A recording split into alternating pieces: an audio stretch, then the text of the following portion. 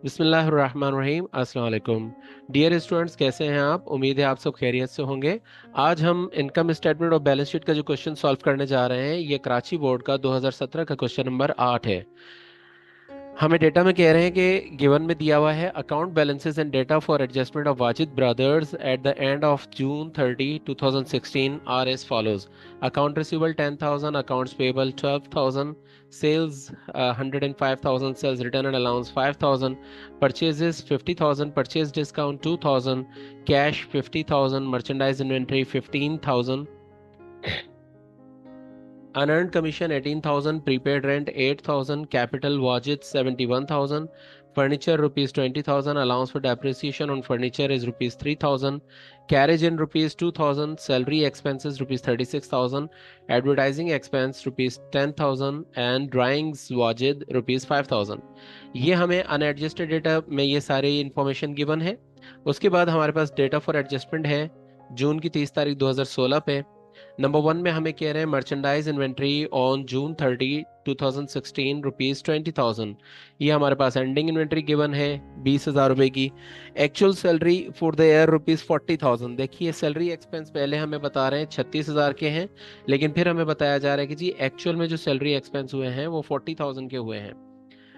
Number three में कह रहे हैं depreciation on fix assets at the rate of 10% of the cost. Cost का 10% डेप्रिसिएशन एक्सपेंस है फिक्स एसेट्स के ऊपर, और एस्टिमेटेड बेडेड है estimated bad debt expense for the year है 1% of the net sales. Net sales का 1% बेडेड एक्सपेंस है। Commission income for the year rupees 12,000 and one half of the rent expired during the year. पूरे साल के दौरान जो rent expire हो गया वो आधा रेंट हमारा एक्सपायर हो गया था। रिक्वायर्ड में कह रहे हैं नंबर वन में income statement for the year ended June 30 2016 या क्लोजिंग एंट्रीज इन जर्नल हमने यहाँ पर इनकम स्टेटमेंट बनानी है। और नंबर टू में कह रहे हैं balance sheet as on June 30 2016 in classified form. चलिए आइए हम अपना क्वेश्चन शुरू करते हैं।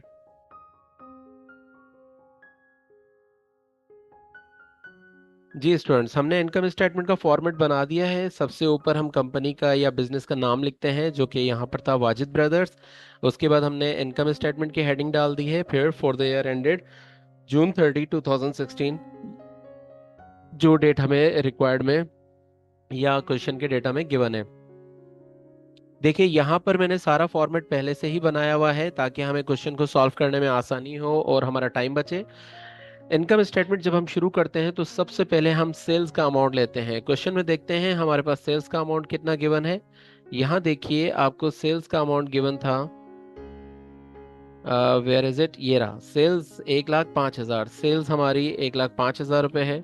ये हम थर्ड कॉलम में लिखते हैं हमेशा, और इसमें से हम सेल्स रिटर्न एंड अलाउंस और सेल्स डिस्काउंट इन दोनों को माइनस कर देते हैं। यहाँ पर हमारे पास सिर्फ सेल्स रिटर्न एंड अलाउंस है 5,000 का, तो ये सेल्स रिटर्न एंड अलाउंस मैं इसमें से माइनस कर दूंगा।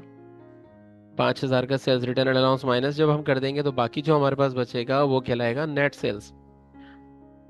सेल्स डिस्काउंट नहीं है तो इसलिए मैं सेल्स डिस्काउंट को नहीं लिख रहा, बल्कि मैंने डायरेक्टली नेट सेल्स लिख दिया, जो कि हमारा बचा है 1,00,000 रुपया। इस नेट सेल्स में से हम माइनस करते हैं cost of goods sold. Question में कहीं पर भी हमें cost of goods sold given नहीं है, इसलिए हम कॉस्ट ऑफ गुड्स सोल्ड की स्टेटमेंट बनाकर cost of goods sold find out करेंगे। कॉस्ट ऑफ गुड्स सोल्ड के लिए सबसे पहले हमें चाहिए होती है इन्वेंट्री की अमाउंट, ओपनिंग इन्वेंट्री की अमाउंट। ओपनिंग इन्वेंट्री हमारे पास गिवन है, मर्चेंडाइज इन्वेंट्री ओपनिंग 15,000, 15,000 रुपए के हमारे पास ओपनिंग इन्वेंट्री गिवन है। इसको भी हम थर्ड कॉलम से शुरू करते हैं। फिर हमें चाहिए होता है नेट परचेजेस। नेट परचेजेस भी हमारे पास यहाँ गिवन नहीं है, तो हम नेट परचेज कैलकुलेट करेंगे। परचेजेस देखते हैं हमारे पास कितने गिवन है। देखिए आपके पास क्वेश्चन में परचेजेस गिवन थी, ये रही। 50,000 का आपने परचेज किया है अमाउंट, और परचेज डिस्काउंट है 2,000 का, तो परचेजेस आ गए हमारे पास 50,000, जबकि परचेज डिस्काउंट आ गया 2,000 का, ये माइनस हो जाएगा। जब आप परचेज में से परचेज डिस्काउंट माइनस करेंगे तो बाकी जो बचेगा वो कहलाता है नेट परचेज। नेट परचेज को हम ऐड कर देते हैं, सॉरी ये हम यहाँ पर लिखेंगे, नेट परचेज को हम ऐड कर देते हैं अपनी ओपनिंग इन्वेंट्री के साथ। जब ओपनिंग इन्वेंट्री के साथ आप इसको ऐड करेंगे तो आपके पास जो अमाउंट आएगा वो कहलाएगा goods, cost of goods available for sale, वो सामान जो बिकने के लिए मौजूद था उसकी कीमत। ठीक है। अच्छा, ये हमारे पास टोटल सामान मौजूद था 63,000 का। इसमें से अब हम देखेंगे कि हमारे पास अब एंडिंग इन्वेंट्री कितनी रह गई है।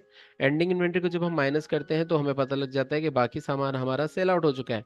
एंडिंग इन्वेंट्री हमारी रह चुकी है 20,000 रुपए की। 20,000 की एंडिंग इन्वेंट्री है। तो इसका मतलब ये हुआ कि हमारा 43,000 का सामान हमारा सेल आउट हुआ है। 43,000 का सामान हमारा सेल आउट हो गया है। ये है हमारे पास कॉस्ट ऑफ गुड्स सोल्ड, यानी सामान जो बिक गया उसकी असल कीमत, यानी वो सामान जितने का हमें मिला था ये उसकी वो कीमत है। और हमने इस सामान को बेचा कितने में, 1 लाख रुपए में। तो 1 लाख में से जब हम ये 43,000 माइनस करेंगे तो बाकी जो वैल्यू हमारे पास बचेगी ये कहलाएगी ग्रॉस प्रॉफिट। तो ग्रॉस प्रॉफिट हमारे पास आ गया है 57,000। अब हम देखते हैं कि हमारे ऑपरेटिंग इन जर्नल एक्सपेंसेस क्या हैं।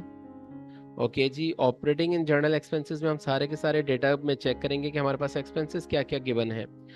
अलाउ अकाउंट रिसीवेबल है, account payable, salary, sales, sales return allowance, purchases, purchase discount, cash, merchandise inventory, unearned commission, prepaid rent, capital, furniture, allowance for depreciation furniture, carriage in. Oh good, okay, हमारे पास carriage इन भी था, ये मुझसे miss हो गया। ये कैरेज इन बेसिकली हम नेट परचेजेस में मालूम करने वक्त, नेट परचेज मालूम करते वक्त हम परचेजेस में ऐड करते हैं कैरेजन। तो यहाँ पर हम ऐड करेंगे कैरेजन,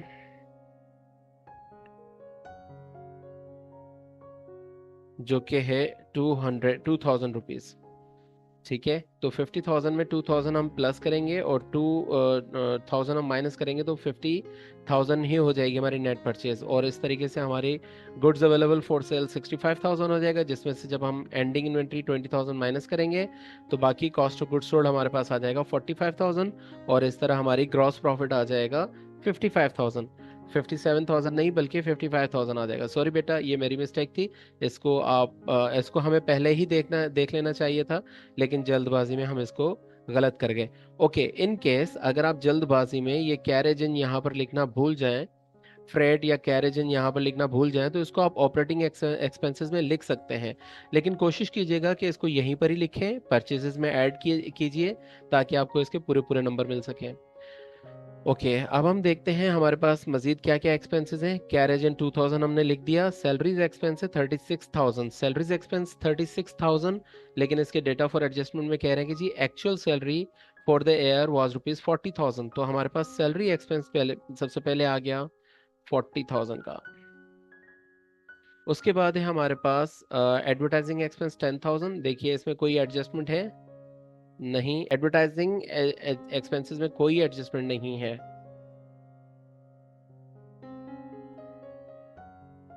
10,000, तो हम इसको एज इट इज लिख लेंगे क्योंकि इसमें कोई एडजस्टमेंट नहीं है। उसके बाद है डेप्रिसिएशन, सॉरी ऊपर अभी देख रहे हैं हम वो ड्राइंग वाजिद, ये तो ड्राइंग है, ये हमारा एक्सपेंस नहीं है। ऊपर वाले सारे एक्सपेंसेस कंप्लीट हो गए। अब हम डेटा फॉर एडजस्टमेंट में एक्सपेंसेस देख रहे हैं। मर्चेंडाइज इन्वेंट्री हम लिख चुके हैं। Actual salary for the year ये हमने लिख लिया। Depreciation on fix asset eight 10% of the cost. Fix asset देखते हैं हमारे पास क्या है। फिक्स एसेट है हमारे पास फर्नीचर 20,000, और इसका 10% हमारा डेप्रिसिएशन एक्सपेंस आएगा। तो फर्नीचर 20,000 का 10% अगर आप कैलकुलेट करेंगे तो that will be 2,000। 20,000 into 10%, this will become 2,000। ये आपका डेप्रिसिएशन आ गया।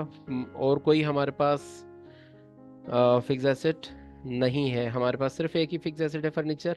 इसके बाद हम देखते हैं कि और कोई एक्सपेंसेस। जी बैडेड एक्सपेंस है नेट सेल्स का 1%। ओके, नेट सेल्स हम देखते हैं कितनी हमारे पास नेट सेल्स है, 1 लाख रुपया। तो 1 लाख का 1% हमारा बैडेड एक्सपेंस हो जाएगा। तो ये बन जाएगा आपका 1,000।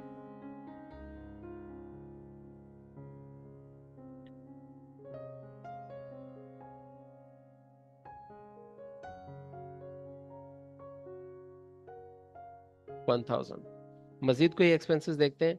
1/2, sorry, commission income for the air, ये कमीशन इनकम है।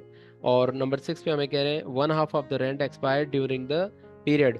अच्छा, रेंट में से आधा रेंट एक्सपायर हो चुका है। ये रेंट हमने पहले प्रीपेड रेंट के नाम से लिखा था 8,000। अब इसमें से आधा रेंट जो है वो एक्सपेंस हो गया है, यानी 4,000 का हमारा रेंट एक्सपेंस है। Rent expense 4000। इन सबको जब हम टोटल करेंगे तो हमारे पास आ जाएगा टोटल ऑपरेटिंग एक्सपेंस। ये टोटल ऑपरेटिंग एक्सपेंस हम माइनस कर देते हैं अपने ग्रॉस प्रॉफिट में से। और जब ग्रॉस प्रॉफिट में से हम इसको माइनस करते हैं तो अगर पॉजिटिव अमाउंट आएगा तो वो नेट प्रॉफिट होगा, लेकिन यहाँ पर नेगेटिव अमाउंट आया है तो ये आया है नेट लॉस। Net loss. अच्छा, इसके बाद फिर हम देखते हैं कि क्वेश्चन में हमें कोई अदर इनकम गिवन है। देखिए यहाँ अनअर्न्ड इनकम लिखा है 18,000। अनअर्न्ड इनकम हमारी लायबिलिटी होती है, जबकि यहाँ पर कमीशन इनकम लिखा है 12,000। ये हमारा रेवेन्यू है, कमीशन इनकम। ये अदर इनकम है। आप लिखेंगे add other income.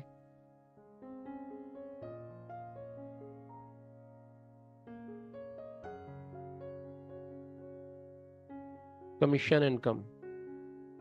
Commission income है 12,000 रुपये, इसको हम प्लस कर देते हैं। तो अब जो अमाउंट हमारे पास आएगा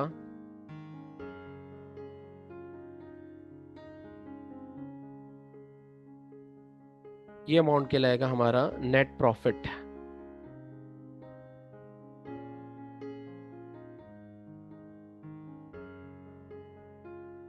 जी तो जनाब, हमने नेट प्रॉफिट मालूम कर लिया। हमारे पास नेट इनकम कहेंगे हम इसको। नेट इनकम हमने मालूम कर ली, तो यहाँ पर हम अपने क्वेश्चन को डबल लाइन करके क्लोज कर देंगे, क्योंकि इससे आगे मजीद अब इसमें कोई कंपटीशन नहीं होनी। इनकम स्टेटमेंट हमारी यहाँ पर कंप्लीट हो गई। इसके बाद अब हम बनाएंगे बैलेंस शीट।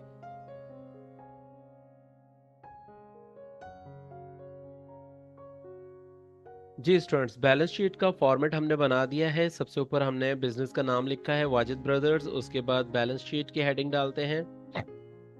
उसके बाद हम डेट की हेडिंग डालते हैं। यहाँ पर डेट है जून 30, 2016। और यहाँ पर बैलेंस शीट में डेट का जो फॉर्मेट होता है वो होता है as on June 30, 2017। Right side left side पर हम अपने एसेट्स लिखते हैं और राइट साइड पर हम अपनी इक्विटीज़ लिखते हैं। चलिए डेटा को चेक करते हैं और उसमें जो जो एसेट्स और एसेट्स, लायबिलिटीज़ और ऑनर इक्विटीज़ गिवन है उनको हम लिखते चले जाएंगे। अकाउंट रिसीवेबल है 10,000, ये हमारा एसेट है। सबसे पहले हम इसको लिखेंगे।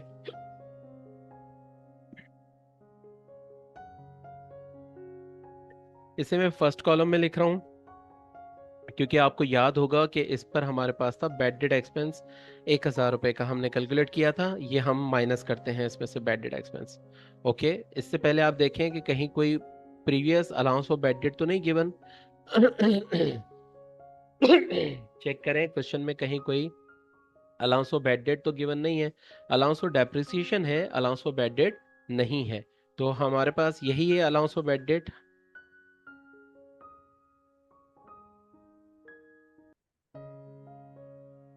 1,000। 1,000 का हमारे पास अलाउंस फॉर बैड डेट है। इसको जब हम माइनस करेंगे तो हमारे पास अमाउंट बचेगा 9,000। इसके बाद हमारे पास है अकाउंट्स पेबल 12,000। ये हमारे करंट लायबिलिटी है 12,000। उसके बाद सेल्स रिटर्न, ये इनकम स्टेटमेंट के आइटम्स हैं। और परचेज डिस्काउंट, ये दोनों भी इनकम स्टेटमेंट के आइटम्स हैं। कैश है 50,000, ये हमारा एसेट है। कैश के बाद हमारे पास है मर्चेंडाइज इन्वेंट्री। ये तो ओपनिंग इन्वेंट्री है, ये हम नहीं लिखते, हम एंडिंग इन्वेंट्री लिखते हैं। एंडिंग इन्वेंट्री है हमारे पास 20,000।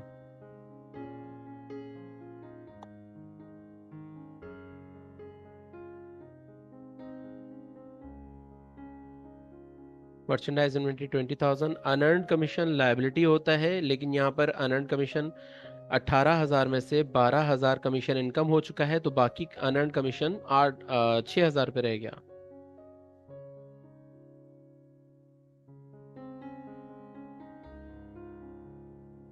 हमारे पास देखिए अनअर्न्ड कमीशन था 18,000। और फिर डेटा डेटा फॉर एडजस्टमेंट में बता रहे थे कि जी कमीशन इनकम 12,000 रुपये है। तो इसका मतलब इस 18,000 में से, जो कि अभी तक हमने कमाया नहीं था, अब उसमें से हमने कमा भी लिया है, हमारी इनकम हो गई है 12,000 की। तो बाकी लायबिलिटी रह गई रिमेनिंग 6,000 की। प्रीपेड रेंट, प्रीपेड हमारा एसेट होता है, लेकिन इस प्रीपेड रेंट में से आधा खर्च हो चुका है, तो अब प्रीपेड रेंट हमारे पास रह गया बाकी आधा, यानी 4,000 का प्रीपेड रेंट रह गया है। ये एसेट होता है हमारा, करंट एसेट 4,000। इसके बाद कैपिटल है वाजिद, ये ओपनिंग कैपिटल आ गया, वाजिद कैपिटल 71,000।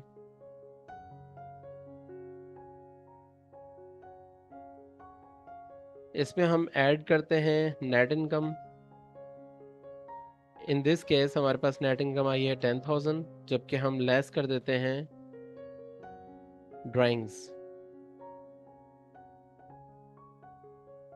और क्वेश्चन में हमें ड्राइंग्स गिवन है, यहाँ देखिए ये हमें ड्राइंग्स गिवन है 5,000 की, तो इनको हम माइनस कर देंगे 5,000 को।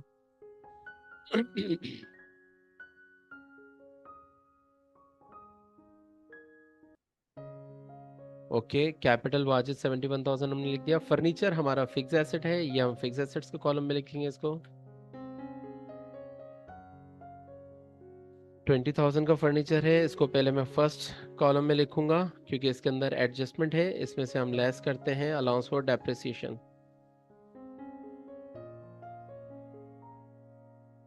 ओके, अब यहाँ देखिए अलाउंस फॉर डेप्रिसिएशन हमें दो जगह दिया हुआ है, एक ये है अलाउंस फॉर डेप्रिसिएशन 3,000 का, और इसके बाद फिर हमने यहाँ पर 10% फाइंड आउट किया था जो कि बना था 2,000, तो टोटल अलाउंस फॉर डेप्रिसिएशन हमारे पास आ गया है 5,000, सॉरी। तो बाकी इसकी बुक वैल्यू आ गई 15,000।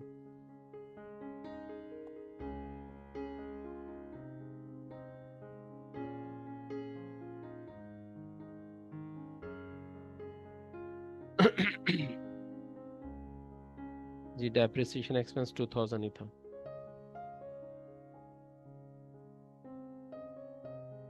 ओके, उसके बाद है हमारे पास कैरेज इन, ये इनकम स्टेटमेंट का आइटम है, सैलरी एक्सपेंस हो गया, एडवर्टाइजिंग एक्सपेंस हो गया, ड्राइंग्स हो गया, मर्चेंडाइज इन्वेंट्री हमने लिख दिया।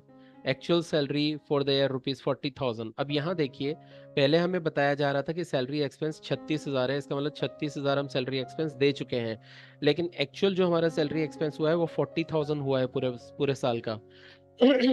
इस 40,000 में से 36,000 हम ऑलरेडी पे कर चुके हैं, तो बाकी 4,000 हमारा सैलरी पेबल कहलाएगा। ये अभी भी हमारे ऊपर लायबिलिटी है, सैलरी पेबल या अनपेड सैलरीज 4,000। इसके बाद है हमारे पास डेप्रिसिएशन ऑन फिक्स एसेट, ये हम लिख चुके हैं, एस्टिमेटेड बैड डेट लिख चुके हैं, कमीशन इनकम भी हो गया, अनएक्सपायर्ड रेंट भी हो गया। ओके, तो दिस शुड बी इक्वल, लेकिन ये इक्वल नहीं आ रहा, तो इक्वल क्यों नहीं आ रहा इसको देख लेते हैं हम।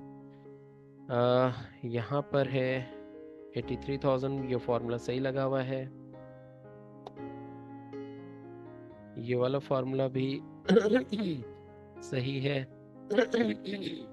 यहाँ भी फॉर्मूला सही है। यहाँ पर फॉर्मूला चेक करते हैं। ओके, यहाँ देखें ये फॉर्मूला हमारा गड़बड़ हो गया है, ये माइनस नहीं हुआ है इसमें से। जी तो जनाब, ये हो गया हमारा कंप्लीट क्वेश्चन, ठीक है। हमारी जो टोटल लाइबिलिटीज़ हैं वो 22,000 हैं, टोटल कैपिटल एट स्टार्ट है हमारे पास 76,000, इन दोनों को टोटल किया तो टोटल इक्विटी हमारे पास आ गई 98,000 की, जबकि करंट एसेट्स थे हमारे पास 83,000 और फिक्स एसेट्स थे हमारे पास 15,000, इन दोनों को टोटल किया तो हमारे पास टोटल एसेट्स भी आ गए 98,000 के। तो इस तरह से हमारा ये क्वेश्चन भी कंप्लीट हो गया और 100% सही हो गया।